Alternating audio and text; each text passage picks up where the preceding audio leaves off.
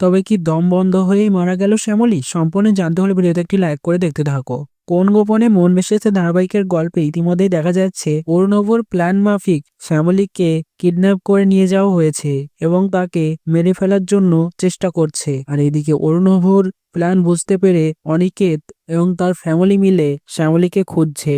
Police সহ সবাই মিলে শ্যামলীকে তন্ন তন্ন করে খুঁজছে, কিন্তু কোথাও খুঁজে পাচ্ছে না। শেষমেশ শ্যামলীর কাছে এসেছে অনিকেত, কিন্তু শ্যামলীকে দেখতে পায়নি, কারণ শ্যামলীকে একটা ড্রামের মধ্যে বন্দি করে রাখা হয়েছিল। সেই ড্রামের ভিতরেই মাটি দিচ্ছে একজন গুন্ডা। সে ওর মধ্যে মাটি দিয়ে দিয়ে আটকে দেবে এবং শ্যামলীকে সেই ড্রামের মধ্যেই দম বন্ধ হয়ে মরে যেতে হবে, এমনটাই করা হচ্ছে। তখন শ্যামলী মনে মনে বলছে, হে ভগবান, আমি কি এইভাবেই মারা যাব? স্যার, আপনি আমাকে বাঁচান। স্যার, আপনি কোথায়? এই বলে আকন্নি মিনতি করছে।